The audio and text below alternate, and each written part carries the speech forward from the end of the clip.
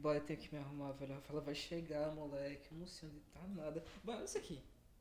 Olha isso aqui, tá vendo isso aqui? Isso aqui tá tudo errado, bicho.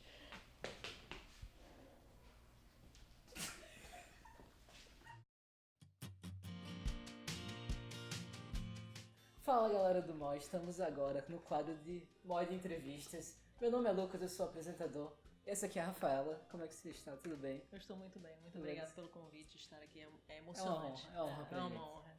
Bom, esse quadro, como vocês sabem, é um quadro de entrevistas. E temos aqui algumas perguntas feitas pela produção e outras pelo Instagram. Você se apresente. Meu nome é Rafaela. Você trabalha como professora? Trabalho como professora atualmente, estou professora do IFRN de audiovisual, produção audiovisual. Então vamos começar com as perguntas. Bom, a primeira pergunta. De onde veio o interesse pelo audiovisual e pela pesquisa? O interesse pelo audiovisual é uma história bem clichê, assim, eu tenho meio vergonha de contar, mas ela é verdadeira. Quer dizer, ela não é tanto clichê assim. Eu sempre gostei de foto e vídeo, essas coisas assim, desde que eu era criança. Meu avô gostava de fotografia, então ele tinha várias câmeras em casa. E é aquela época, anos 90, né? Era Sim, acessível você ter uma câmera e tal, aí, tipo, a gente tinha. E eu gostava muito de usar. Só que eu queria fazer o biologia ou direito, quando eu cheguei naquela época, assim, perto de fazer vestibular. E aí minha mãe me mandou fazer um concurso, tipo, pro IF daqui, só que pro IF do Rio de Janeiro. Que o nome era FATEC, na verdade, ele é do estado, ele não é federal. E o curso era de audiovisual. Aí eu fui super a contragosto, né? Tipo, minha mãe mandou fazer essa prova, não sei o que, eu fui fazer e eu passei. E aí eu comecei a cursar audiovisual lá, no ensino médio. E aí eu me apaixonei por isso. Eu fiquei louca. Pera, E então aí você fez IF lá. eu Técnico? comecei a cursar lá, e aí Sim. meus pais se mudaram pra Natal, e eu tive que Entendi. migrar pro IF daqui, que na época era Cefet. Sim, sim. Então eu comecei a fazer o técnico integrado, que nem vocês fazem, só que quando eu migrei, o Cefet daqui não era integrado. Aí eu fiz só o curso médio, e aí eu só fui retomar audiovisual oficialmente na faculdade. Mas durante o ensino médio eu tinha um coletivo, e eu fazia os cursos que apareciam, mas na época tinha muito pouco curso em Natal de audiovisual. Não era ainda fácil achar coisas de audiovisual. Então, no caso, quando você veio, você terminou o ensino médio e foi pra graduação. Foi. Aí cursou rádio e TV? Foi. Quando eu terminei o ensino médio, eu não passei no meu primeiro vestibular, que eu fiz para jornalismo. Fico feliz que eu não tenha passado, porque eu gostei muito mais de ter feito rádio e TV depois. E aí, nesse ano, eu cursei turismo no IF. Foi bem legal. E aí, eu viajei bastante, conheci muita coisa do estado. Foi legal por causa disso, porque eu sou uma pessoa de fora, então eu não tinha conhecimento do estado, assim. Então eu conheci tudo do estado, a gente fez muita viagem. E aí eu passei no segundo vestibular pra rádio e TV, que é radialismo, o nome antigamente era radialismo. E aí eu cursei radialismo, que é muito próximo, assim, ele é um encontro entre cinema, televisão e rádio, né? Então, assim, é uma mescla, assim, do curso. Aí da graduação até chegar no IF como professora. Aí eu entrei no mestrado. Aí no meio da graduação eu falava que eu não queria ser professora, que eu não gostava disso, não sei o quê, que eu não gostava de pesquisa, achava isso um porre, muito chato. Um professor passou um trabalho que era um artigo. Aí eu peguei e eu fiz. E eu gostei muito de fazer isso. Eu gostei mais do que o normal de fazer isso. Aí eu comecei a fazer um artigo, fiz outro artigo, e em 6 meses eu fiz 4 artigos. E fui para um congresso, fui para vários congressos com esses artigos. Aí eu peguei e fiz... Posso fazer isso na minha vida, né? Aí eu peguei e fiz... comecei a escrever muito artigo em audiovisual. E quando eu concluí a faculdade, eu vi a oportunidade de fazer mestrado. Eu trabalhava na área ainda, eu era editora de vídeo na área, só que eu tinha interesse de fazer o mestrado. Aí eu comecei o mestrado daqui, na UFRN, só que eu não tava gostando não tava na minha vibe. E aí eu resolvi tentar fora. E aí eu passei na USP e fui fazer o meu mestrado na USP. E aí eu voltei, né? Concluí o mestrado, foi super exaustivo, concluí o mestrado. Voltei pra cá e fiz, vou dar um tempo. Não vou fazer doutorado. E aí 4 meses depois eu tava fazendo a prova do doutorado. E aí eu passei e concluí o doutorado. E aí nesse meio tempo, no meio do doutorado, saiu o concurso do IF. Aí eu tentei a prova e passei. Aí foi em que ano, mais ou menos, que você passou pra UF? Eu assinei o meu contrato em janeiro de 2019, a gente tá? 2018. Sim, foi recente É já. recente. Eu tinha sido substituta antes em 2016, eu acho, foi 2016, ou 2015.2 ou 2016.1, eu fui substituta aqui. E aí eu fui ser substituta da UF. Aí fiquei sendo substituta da UF e depois eu voltei pra cá como efetiva. Sim, legal. Dentre as matérias que você ensina, qual que você mais gosta? Nossa. Eu gostei muito da sonoplastia, porque eu falei muito sobre acessibilidade. E eu gostei disso porque a galera não fala de acessibilidade e é uma coisa importante, principalmente para áudio, assim, porque você tem que repensar toda a estrutura, né, de questões e tal. Sim. E eu gosto muito da pesquisa. Eita. Mas todo mundo odeia muito ter aula de pesquisa, mas eu gosto muito da aula de pesquisa. Mas é legal, no início é legal. No início foi bom. Então, como você reagiu ao tema do Enem, a redação do Enem, na verdade? Ai, polêmica. Democratização do cinema. Ai, muito polêmico isso. Você vê, mas continuar. Eu achei muito interessante, apesar de ter sido um tema polêmico pra muita gente, eu achei que ele é necessário. Porque, por mais que o argumento seja de que a maior parte das cidades não tem acesso ao cinema, é exatamente sobre isso. Então, tipo, mas as pessoas não teriam argumento pra usar. Ele tem um argumento. Ele sabe o que é cinema, as pessoas sabem o que é cinema e elas sabem que elas não têm acesso. Então, esse pra mim já é o maior argumento, assim, que se tem, de você ter um pensamento sobre isso, assim. Então, tipo, acho que é importante e acessibilidade em todos os sentidos. Não é só você colocar uma sala de cinema lá. Ela tem que ser acessível em preço, ela tem que ser acessível em acessibilidade literal, né? Sim. Todo mundo tem que estar ali. Pessoas com todas as deficiências têm que ter acesso a isso e também desconstruir essa ideia da sala, né? O cinema ele não é só a sala, ele pode ser exibição em qualquer lugar, em sala de aula, em parede, em praça, ele pode ser repensado nesse sentido. Então, pensar a acessibilidade da cultura de uma maneira geral, não só do cinema, eu acho que é urgente no nosso país. E acho que é um tema que ele é relevante para chamar atenção para ele também. Então, eu vejo como positivo fazer as pessoas pensarem sobre isso. Aí como você vê a democratização no Estado? Eu acho que a gente está tendo uma melhora, no sentido da gente ter cada vez mais festivais aparecendo, ter pessoas estimuladas não só a ver, mas a produzir também. Isso estimula a noção de democratização no sentido de se você tem um material sobre você, você se instiga a ver, porque não é sobre o outro. Então, quanto mais você tem produção, não só na capital, mas no interior, você começa a ter essa visão de acesso, de eu posso fazer e eu posso ver aquilo dali.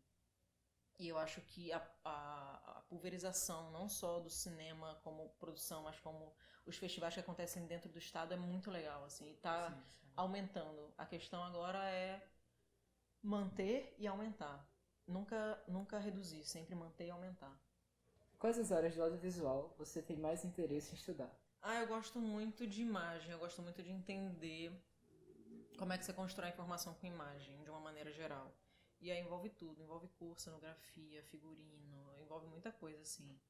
Porque como é que você apresenta um mundo por imagem? E como é que você relaciona isso com áudio? Uma outra coisa que eu gosto muito é áudio nesse sentido, de que a gente sempre esquece o áudio, a gente sempre renega. Sim. E é uma coisa que ele é tão enorme. Ele dá um charme assim pro filme, né? E ele tem tantas possibilidades de criação. Tipo, eu acho que eu já contei esse exemplo em sala antes, mas tipo, eu fui fazer um vídeo, um filme, uma videoarte que ia ser passada no Cinemark. E aí a ideia era passar na sala de cinema que é 5.1, né? E aí eu fiz, como é que eu vou fazer um filme? Porque, tipo, é uma videoarte pra ser impactante, assim. Então, tipo, a minha leitura era de que eu queria tornar aquilo intenso no sentido de ser uma vivência não só a partir da imagem, mas que o som construísse aquilo. E aí uma das estratégias que a gente teve foi de transformar esse som em um ambiente. Então, o som tinha muita coisa de floresta, de fogo, de coisas se mexendo, de vozes. Então era uma relação disso, era uma relação da mulher, né? A videoarte era A Mulher e o Fim do Mundo, que ganhou um edital para ser realizado. E aí eu tava como captação de som e imagem e captação de e edição do material.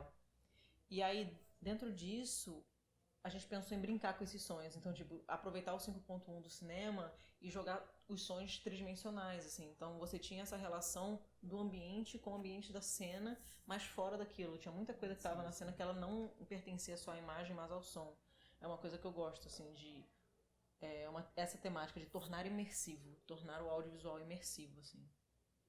Legal. Mas como foi pra editar? Tipo, porque é um som, 5.1 é 3D, né? Mais ou menos, que vem de todos os lados. Você edita cada uma camada e depois, quando você dá play, ele solta nas camadas específicas. Ou então você só... Pronto, a primeira edição que eu fiz foi, na verdade, não foi 5.1, foi nos 2 canais. Então, por exemplo, se você já colocasse no fone de ouvido, você já tinha essa percepção. Então, é um produto que você distribui não só para o cinema, mas você distribui para a internet também. Então, uma pessoa com fone de ouvido, ela já tem essa percepção. Então, por exemplo, a parte inicial são várias mulheres falando a mulher e o fim do mundo, a mulher e o fim do mundo. E cada uma tem um timbre, cada uma fala em um volume em determinado momento. Tem gente que começa a falar pelo final, tem gente que só fala uma palavra. Então, você vai soltando um de cada lado. E aí você vai causando essa perturbação, porque vai vindo um som, esse som vai aumentando, e aí você começa a ficar meio atordoado, assim. E aí a ideia era meio que isso, você ir construindo e atordoando. Bom, falando de filmes, quais são os seus 5 filmes brasileiros favoritos? Sei nem se eu tenho tudo isso, assim, é porque eu sou muito ruim de elencar coisa na cabeça. Por isso que eu sou ruim de dedonha, entendeu? Porque se você falar assim, não sei o que, não sei. Eu vou acabar falando os que eu lembro e não os que eu gosto. Deixa eu abrir meu filme. 5 filmes brasileiros? O que foi? Achei que você ia pegar o telefone. Eu fiquei esperando.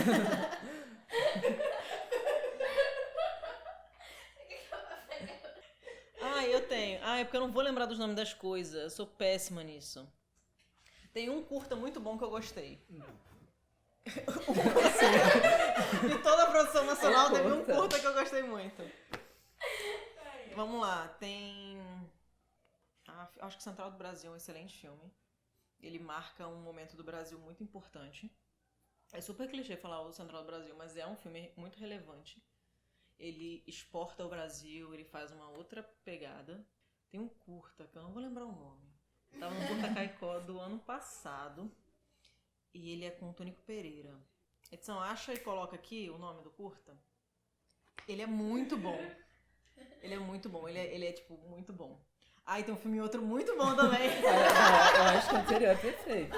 Assim. Que se chama Sócrates, que foi lançado no Festival de São Miguel do Gostoso ano passado. Que é muito bom também. Muito bom. Muito bom, é um longa. Muito bom. São 3 já, né? Mas como que era o de Caicó? Eu não vou contar, porque é spoiler. Logo no início já é spoiler. Eu não vou contar, não. Acho. Mas era muito bom, gente. Era muito bom. É muito bom. Outro muito legal, Potiguar, no Fim de Tudo. Que tem o Silvério Pereira. Eu gosto muito desse curta. E... Chorei.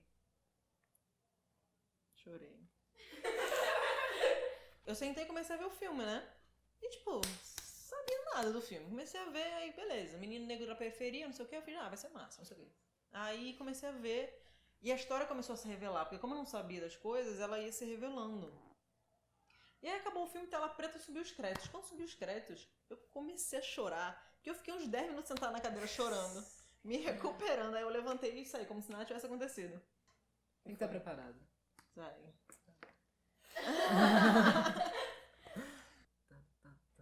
Eu vou colocar um pra ter representatividade feminina, mas não é que eu não gosto, é porque talvez não fosse um dos meus preferidos, mas eu gosto da ousadia da narrativa, que é o Democracia em Vertigem, que eu acho que eles constroem um formato e ele é contemporâneo e ele é de uma mulher, e ele é bem feito. Então, pessoal, vamos agora para as perguntas do Instagram, aquelas perguntas que vocês mandaram nos stories. E lembre que vocês podem ainda mandar. Nas próximas entrevistas vamos colocar lá o box com as perguntas. Aí vocês mandam ou deixam no comentário aqui embaixo. Aí a gente vai ler, vai dar uma ponderada, aí a gente coloca aqui. Então vamos lá. Como foi o seu primeiro curta?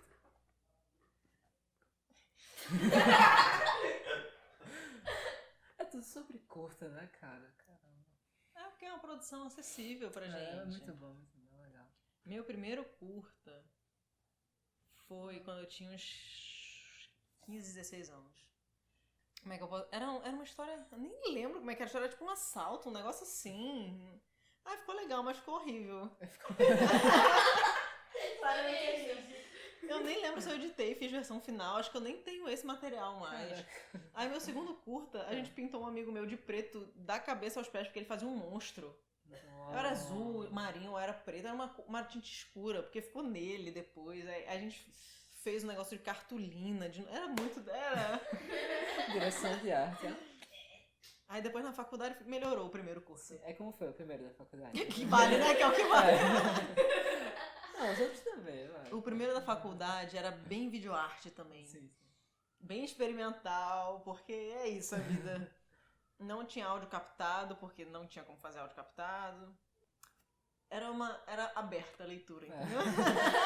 Era subjetivo. Era subjetivo, mas ele ficou bem feito, ficou legal. Olha aí. Bom, qual sua área preferida do set? Câmera, roteiro, direção, montagem de vídeo, captação, produção de som, produção... Eu gosto muito de captação. Mas eu me sinto tão confortável numa ilha de edição. Eu me sinto bem. Mas entre os dois? Edição que você pode parar de vez em quando pra tomar um café. Eu acho que essa aqui já foi respondida, mas eu vou colocar. Como foi sua trajetória até o IFRN?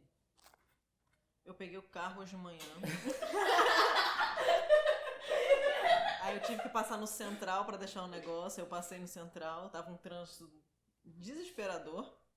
Me estressei, parei no Central, vim até aqui tranquilo, que dali pra cá é um pulo já. A parede ali quase caiu.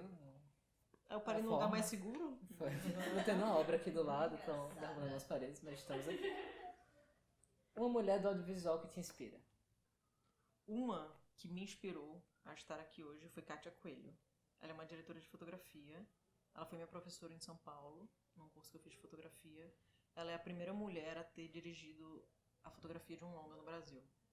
Qual foi o maior desafio na sua vida acadêmica / profissional enquanto mulher? Eu acho que é você se sentir sozinha, sabe? Em alguns momentos.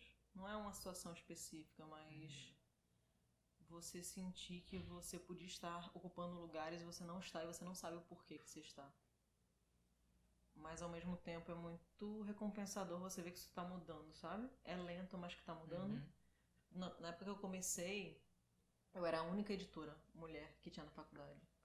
E aí hoje não, isso já muda muito. Então você vê que tá mudando, é legal. Mas você vê que em determinados momentos não tem uma mulher ali que podia ter. E você sabe o porquê que ela não está ali. É incômodo.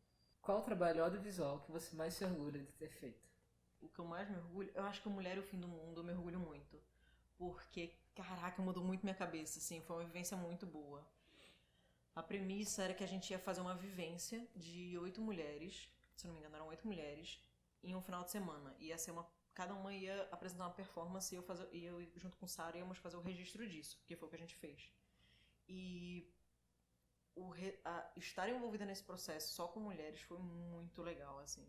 Eu tive uma outra visão do que eu era e a gente experienciou muitas coisas, assim, sentimentos e relação de sororidade e feminino e nudez e coisas assim e discutir maternidade, discutir o que é feminilidade e aí o resultado foi muito bonito e a gente exibiu no Cinemark e é num momento muito polêmico do nosso país, né, que a gente realiza. Então assim, era no momento que estavam se discutindo nudez na arte e o documentário tem muito nudez, assim, não é a essência dele, não é sobre isso, mas acaba sendo um tema que perpassa ele. Então, ter a oportunidade de fazer e ter a maturidade e a coragem de mostrar isso, sabe? De realizar e usar isso como um trabalho. Eu me orgulho bastante desse trabalho. Quais foram os momentos mais gratificantes da sua jornada como docente e como realizadora audiovisual? Cara, eu acho que a mais gratificante... Eu tive muitos momentos gratificantes. Ver vocês entrando na faculdade talvez seja os mais gratificantes, assim. Eu não vou chorar. Estamos preparados. E Eu acho que foi muito legal, eu não vou chorar. Vai chorar, sim. No dia que eu passei no concurso, foi um grande concurso, né? Eram mais de 100 vagas, eu acho. E aí eu fui assinar na reitoria o termo. E aí quando eu cheguei lá, a Tuan é que tava fotografando. Na faculdade já, a Tuan... É ex-aluno daqui, você já conhece. E aí era ele que tava fotografando. Eu fiquei tipo... Está sendo muito gratificante no momento. Eu tô dando aula pra um garoto que ele é surdo e autista. E não se comunica em Libras. Ele se comunica só... Enfim, a gente tem o nosso modo de nos comunicarmos. E ver que ele tá gostando da aula. De que ele tá entendendo o que eu tô falando. De que ele ele se permite. É muito legal. Nossa. Qual o filme que tem sua montagem / edição favorita? O pior é que eu tenho essas respostas, mas nunca é quando perguntam. A gente pode botar depois, aí até a edição, aí coloca assim. Faz uma Era tal filme. Voice off, tá ligado? Então, galera, eu descobri. Eu gosto do Democracia em Vertigem, porque eu acho que a narrativa ela é muito boa. Eu gosto do Tarantino. Eu gosto do timing das cenas. Eu acho bem feitas, assim. E acho delicadas. No fim de tudo, eu gosto muito da edição. Eu acho os tempos das cenas muito bons também. Sim. Porque no final das contas é sobre isso também. Qual a sua aluna preferida? A que não me enche o saco. Ou seja, ninguém daqui. Não sou eu, Nossa. não sei. Qual? Então fala. Achei A que que fosse. você mais odeia aqui, pelo amor de Deus. Você joga seus alunos pelo signo? Se não, talvez nem sempre. Só os arianos. Quem tá perguntando foi uma pessoa de área. Olha aí. Eu não julgo vocês, não. Eu só julgo pelo nível que vocês me irritam. Olha a cara que ela faz. Quando você edita no dia todo, você gosta de editar um pedaço cada dia? Ah, eu gosto de ficar o tempo todo com material. Até terminar. É. E aí...